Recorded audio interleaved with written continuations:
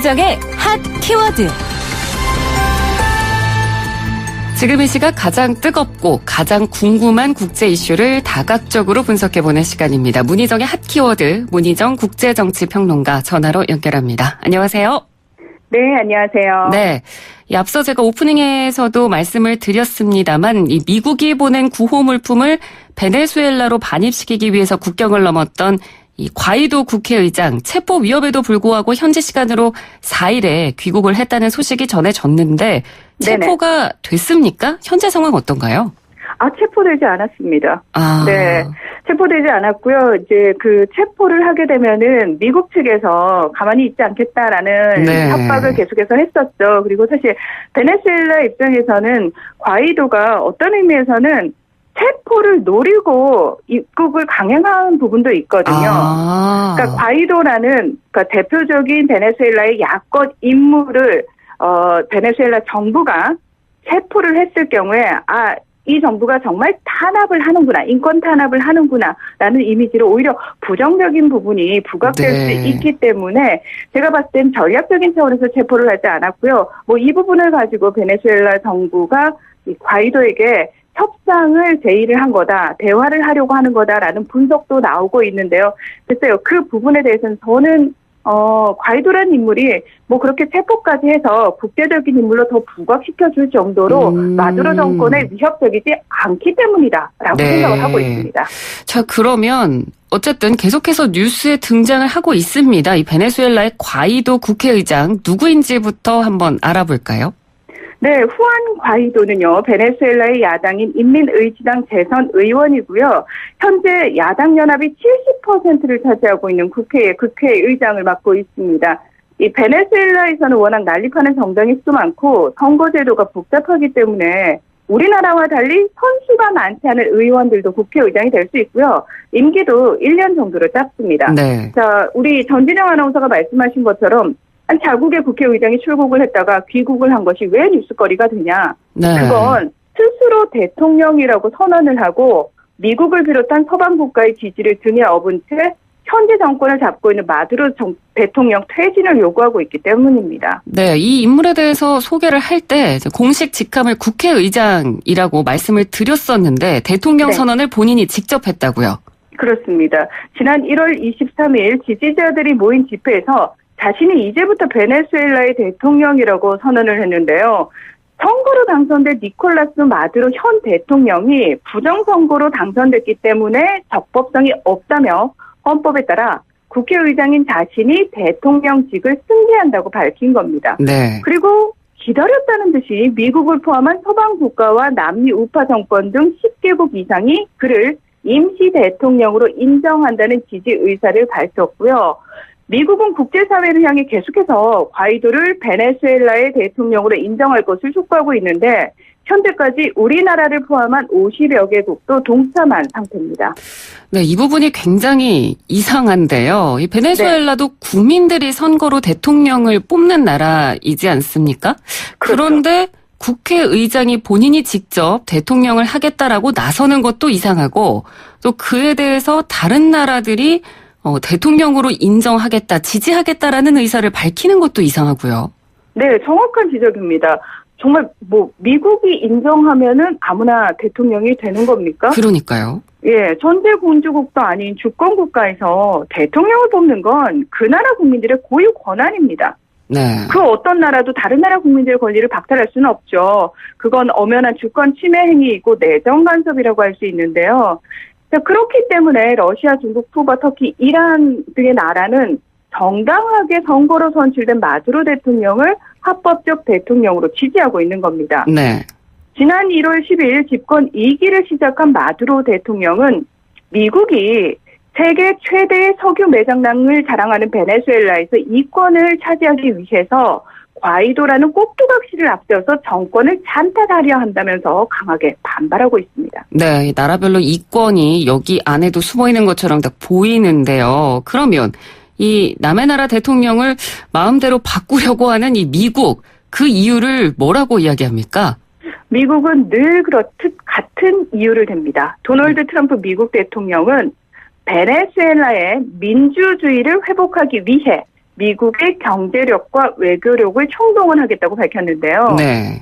현재 베네수엘라가 상당한 경제적 위기를 겪고 있는데 이를 마두로 대통령의 독재 때문이다라고 주장을 하고 있는 겁니다. 그러니까 한마디로 인도주의적인 차원에서 더 이상 베네수엘라의 국민들이 고통받는 것을 두고 볼 수가 없다는 건데요.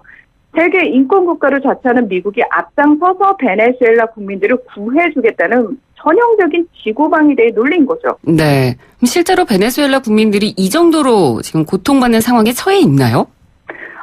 실제로 상당히 생필품이 없어서 고통을 받는 건 맞습니다. 네. 네. 그래서 왜 미국이 구호 물품을 전달을 하겠다라고 얘기를 했거든요. 그렇죠. 근데 자, 지금 이 미국의 논리를 쭉 따라오다 보면은, 정말 미국이라는 나라가 인도주의적인 차원에서 호의를 베푸는 것처럼 들리잖아요. 네. 근데 이 부분도 결코 순수한 의도로 볼 수 없는 이유가 있습니다. 네. 사실 그동안 주요 외신들은 1000만%를 넘는 살인적인 물가 상승률과 식량, 의료난을 견디다 못한 300만 명의 베네수엘라 국민들이 나라를 탈출하고 있다는 보도를 끊임없이 쏟아냈는데요. 그럴 때 미국은 인도주의적인 지원이 아니라 오로지 베네수엘라의 경제 제재를 더 강화해서 경제 위기를 고조시켰습니다. 네, 구체적으로 어떤 경제 제재였나요?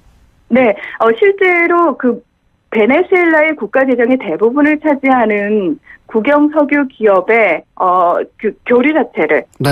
무역 자체를 굉장히 막은 부분들이 있고요. 네. 그리고 베네수엘라를 비롯한 남미는요, 자국 내에서 제조업이 그렇게 활발하지 않습니다. 네. 왜냐하면은 미국 경제에 종속되어 있던 시기에 남미를 미국은 이제 각 나라마다 주요 생산물들을 좀 배정해주는 방식으로 운영을 했거든요. 그러다 보니까 어차피 가까이 붙어있는 남미 나라들이 각각 다른 상품들을 생산을 해서 또는 미국 내에서 싼 값으로 공급을 해주면 되니까 남미는 그저 미국이 지정하는 상품을 좀 주로 생산을 하면 된다라는 차원에서 네. 다양한 제조업들, 특히 생필품과 관련된 제조 공장들이 많이 없습니다. 네. 그러면 당연히 다른 나라에서 수입이 들어와야 되죠.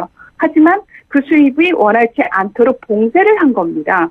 그렇게 이렇게, 지금까지 열심히 경제 제재를 미국이 가했던 거잖아요. 그런데 왜 이제 와서 이렇게 구호 물품을 다시 보낸다고 하는 거죠?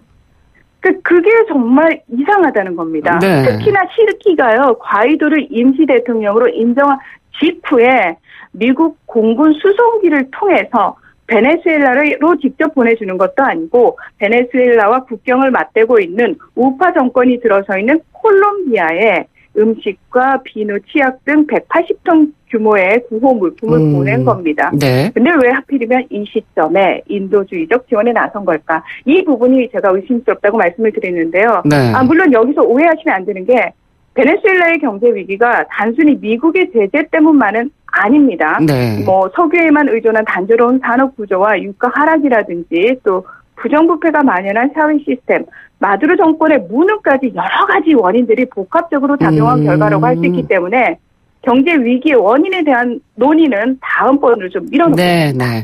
어쨌든 이 시기상 인도주의적 지원이라는 미국의 의도가 의심스러운 건 맞습니다. 근데 무엇보다도 궁금한 건 어쨌든 이 과이도 국회의장이 미국의 강력한 지지를 얻고 있는 상황이잖아요. 네. 그러면 정말 마두로 정권 퇴진에 성공을 할 수 있을까요? 어떻게 보세요? 글쎄요. 네. 네. 지금 주류 언론들을 보면은 사실은 과이도가 임시 대통령을 선언을 했을 때가 1월 23일이라고 제가 말씀을 드렸죠. 네. 그때 당장이라도 정권이 전복될 것처럼 보도가 나왔었거든요. 네. 네. 그러고도 지금 6주가 지났어요. 네.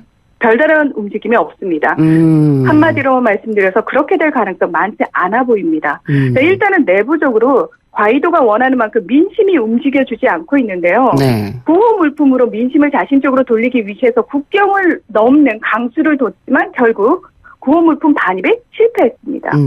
게다가 군부가 누구를 지지하느냐가 상당히 중요한데 네. 과이도가요. 자신에게 충성을 하면 면죄부를 주겠다고 군부에 제안을 했지만 36만 5천 명에 달하는 베네수엘라 군을 지휘하고 있는 군부는 이미 마두로 대통령에 대한 충성을 맹세한 상태거든요.